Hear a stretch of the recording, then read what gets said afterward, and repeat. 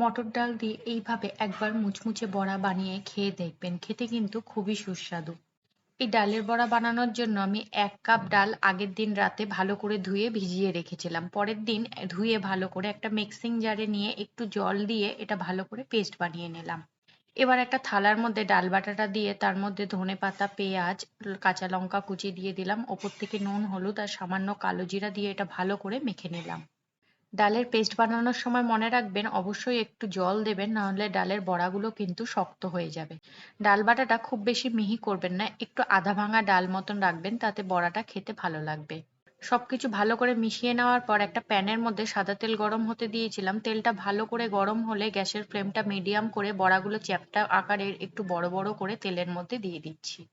গ্যাসের ফ্লেমটা খুব হাই করে যদি বড়াগুলো ভাজেন তাহলে ওপরটা কিন্তু ভাজা হয়ে যাবে আর ভেতরটা কিন্তু কাঁচা থাকবে। তাই অবশ্যই গ্যাসের ফ্লেমটা মিডিয়াম রাখবেন আর এক পাশ হয়ে গেলে অন্য পাশ উল্টে দেবেন। বড়াগুলোর দুটো সাইডই খুব ভালো করে ভাজা হয়ে গেলে তেল থেকে ছেঁকে তুলে নিতে হবে।